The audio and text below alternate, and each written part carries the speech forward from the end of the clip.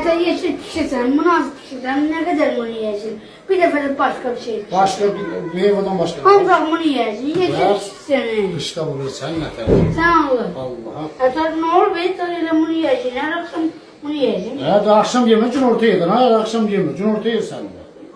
Koy pişsin. Piştireyim bunu Allah bereket versin.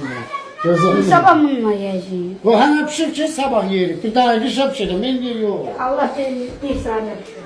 Hem pişireceğiz bak. Evet bu kartol okşuyor. Kartof da, Cadabey kartof. Hayır. Ha heyva değil. Kede beyden geldin tanımırsın. Ağın arasına girme.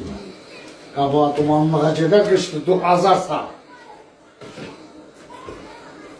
Uy lala, hayat değil hayat. Gelir. Gel. Gidiyor kartonu doğrayıp, kartofu da pişir. Kartofu doğrayıp pişir. Tamam.